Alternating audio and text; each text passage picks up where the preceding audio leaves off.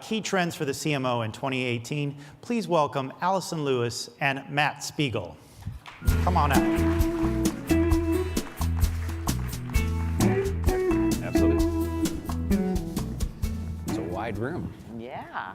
Well, hello, Allison. Hello. How are you? I'm very good. Very Thanks good. for joining us. I'm happy to be here. Yeah, cool. So as we spend a little time, and as I've talked in the past about what we're going to talk about today and what's big in 2018, there are a couple key themes that kept coming up. Obviously, a lot was around the consumer patterns in commerce, and we'll talk a little about that. Speed and agility became an important topic, and then kind of the broadening of what you guys do as a company was a topic as well. So as we go through that, I thought the right place to start is with the consumer, Yes. right? Which we, I think, try and do as often as we can. As often as we can. And for you guys, there's a lot in there, right? Certainly e-commerce, and I know as you'll talk about, connected commerce is something you guys have to care a lot about, which is different from where J&J has historically been. We've in a world where e-commerce is growing rapidly. The stat I wrote down was $450 billion of e-commerce in the U.S. in 2017. I also, as you know, looked up the stat that said Alibaba did $25 billion of sales in one day. One day. Right, in China. So that's one company, one day in China. So clearly hot. Your category is typically less penetrated in e-commerce, but the growth rate, I saw a study from UBS, is going to be up big. So that's consumer packaged goods, however you want to qualify that, health and beauty. Yep. So I guess with that backdrop, and as you think about following the consumer and this idea of connected commerce and what that means for you guys in 2018 and beyond, I guess I'll just ask, what does that mean? Yeah. It's a great question, and it is a huge shift that we're dealing with, because if you think about the world of packaged goods that I've actually spent my whole career in, at the end of the day, we sell through third parties. So we sell through the Walmarts, the Targets, the Tescos, the Watsons, wherever around the world. And all of a sudden with e-commerce, while yes, you are selling through a third party, in the case of e-commerce or omni-channel, if it's Target.com or Walmart.com, you have to think much more like a retailer than you've ever had to think before. And so the key thing is sort of turning our brand marketers into more performance marketers. And the exciting thing about that is it forces us to really become more experience-based marketers. And I think we talk about the experience economy often and how we are shifting to an experience economy. And it's really technology that's facilitated these experiences that you can get that result in the fact that we can't ever go back. So it's sort of irreversible, these changes. And so the experience that someone gets in getting something in 2 hours from Amazon.com, or a deeper experience they might have through some sort of .com site, they want that experience in everything they do, whether that's online or offline. And so it's really shifting us to be more experience focused. Yeah. In terms of e-commerce itself, I can talk a little bit about sort of the changes that we've had to make. And they're not easy, as I said, because you have to shift this mindset of being more of a performance marketer, and you also have to get rid of silos in terms of sales in one silo and marketing in one silo and supply chain in another silo, and have everybody working together as one team. But the key thing is, I think, when it comes to e-commerce, it's all about, first you got to get those fundamentals right. So those fundamentals are all about sort of building that infrastructure to allow you to do, search really well, to allow you to have the right content online, to allow you to have your ratings and reviews, because we all know, you really need a rating and review at 3.7 or above, or you got a problem. You got to fix that problem. And so getting all those sort of fundamentals in line are really critical. But then I always say that's really about sort of the fundamentals of the pure play, so the Amazons or the Alibabas of the world. But then you've got the omni-channels, which are also sort of the Targets, the Tescos.coms, the Walmart.coms, et cetera. So that's kind of in that world. Yeah. The thing that you need to move to next, which is the even bigger change, I think, for organizations like ours, are building sort of these connected ecosystems and what I call sort of overarching connected commerce, and moving to your offerings being less about just a product in itself, which packaged goods typically sells products, and bringing in sort of a service. So a couple of good examples just to make that real of what we're doing, which I love, because I'll tell you, the best part about my job is that things are moving so quickly today that you're constantly learning and growing. But it's things like launching our first direct-to-commerce site in Neutrogena.com, where we actually sell product direct to the consumer. And what's fascinating about that is when we do that, and we had a Neutrogena.com site that wasn't fully DTC enabled, and when we relaunched with full direct-to-consumer enabled site, what that resulted in is definitely increased traffic flow, definitely increased transactions. And so it allows us to be direct marketers to our consumers like never before, and really give them a deeper, richer experience, which at the end of the day is what we've always done in brand management, which is create loyalty and love for our businesses. And another thing we just recently launched at CES, and we're pretty proud to talk about it because we won Editor's Choice Award from USA Today, is the Neutrogena 360 skin scanner with FitSkin. And that's a scanner that goes onto your phone where you can measure moisture, you can measure pore size, and you can measure wrinkles. And then it basically gives you recommendations of what you should be doing with your skin, for your skin, and what products you should be using, and then measure that over time. And if you're making progress, great. If you're not making the progress, additional recommendations. So that's just a great example of sort of more that connected commerce, connected ecosystem that you've got to get in place. So it's interesting because these examples, this move into services, I mean, that's a big change. Big change. Right? And even thinking about yourselves as a performance marketer, not just a brand marketer, big change. Yep. But these things together are not just about marketing, right? I mean, this is across the organization. Yes. I guess the question there is how is that going for J&J, and maybe more directly, as the CMO of the organization, how are you helping to spearhead these kind of organizational changes that have to make that possible? I mean, this has got to be a journey you guys are on. This isn't an overnight reality. Absolutely. So I think there's two things I'll say that sort of are the broader changes that you've got to drive, and my guess is many of your organizations are facing this. But the first I would say is the whole ability to learn as you go and sort of accept failure. Because you're not going to be perfect when you're working in these new areas. You are not. I mean, there is it's constant learning and it's constantly changing. So you have to be very comfortable with failure. And big companies typically aren't as comfortable with that. They're all about managing against risk, not managing to risk. And so you've got to get more comfortable with that. So that's one thing I'll say. And then the other thing I'll say is just agility, that ability to sort of move quickly.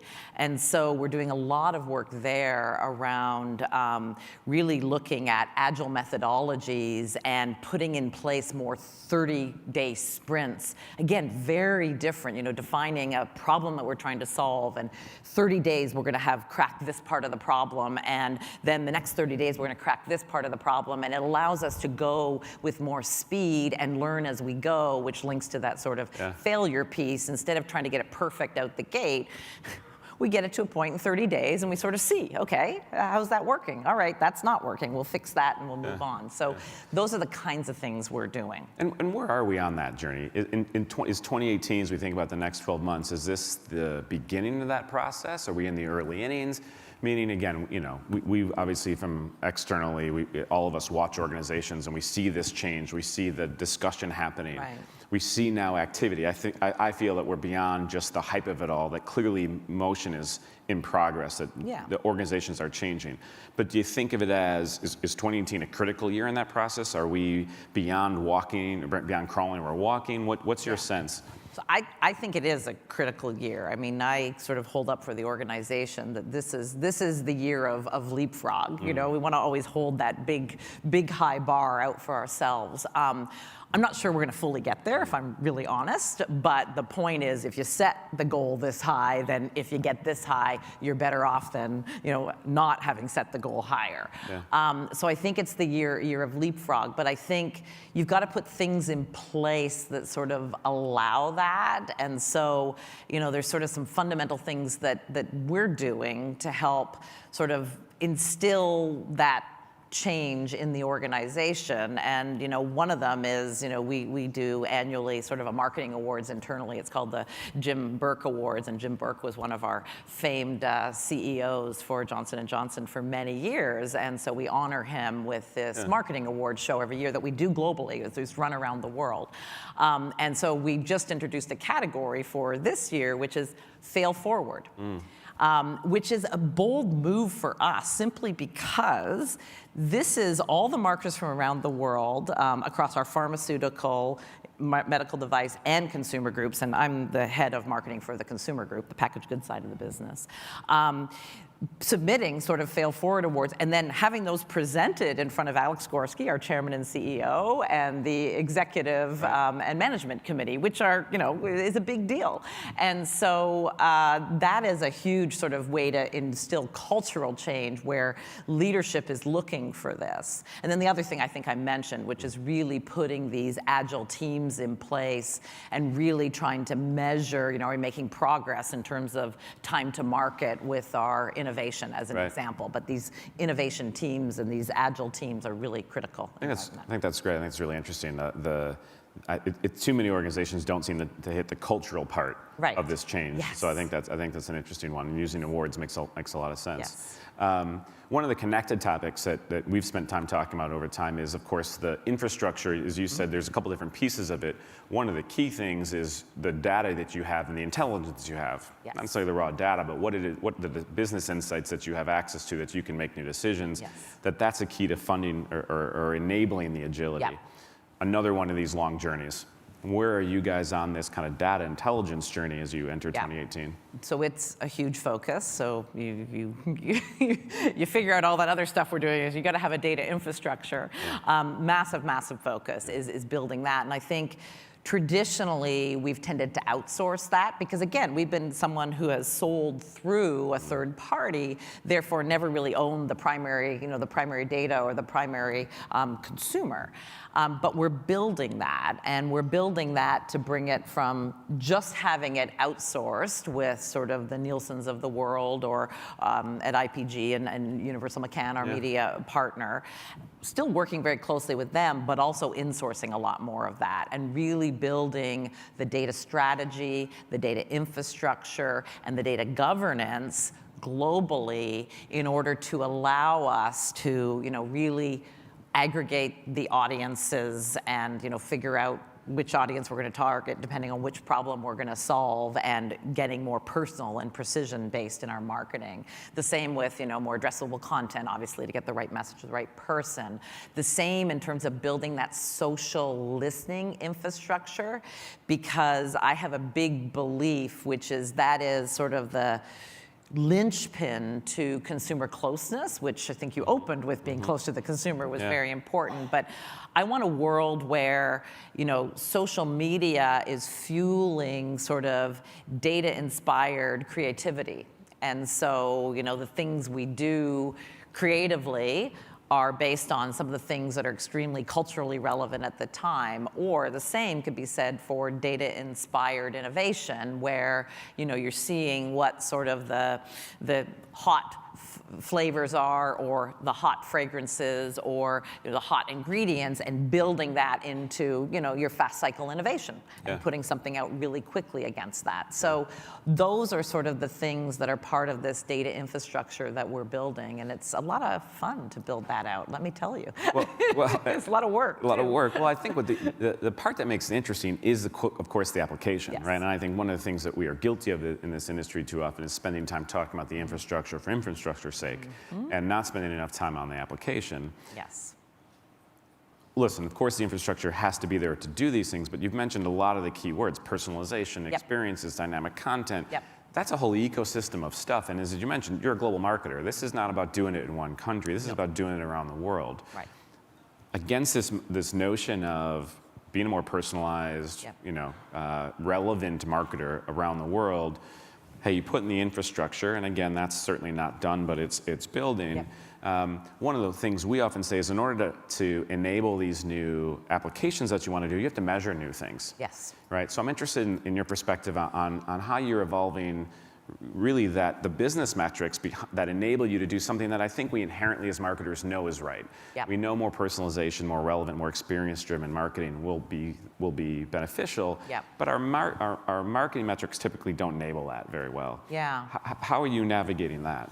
So as part of sort of that data analytics infrastructure that we're building, we're moving to sort of agile ROI measurement processes. So I'm still talking ROI. We're still looking at, everything we're doing, to your point of not just building infrastructure for the case of infrastructure. Everything we're doing is about getting better, performance on our business. And at the end of the day, what our ultimate goal is we want more people using Johnson & Johnson products more often around the world. I mean, it's that simple because we help people live more vibrant lives. So we want them to use our products. So we're measuring that. And what we're seeing with this personal marketing is that the return is far greater, far greater. And in some cases 2 to 3 times as strong.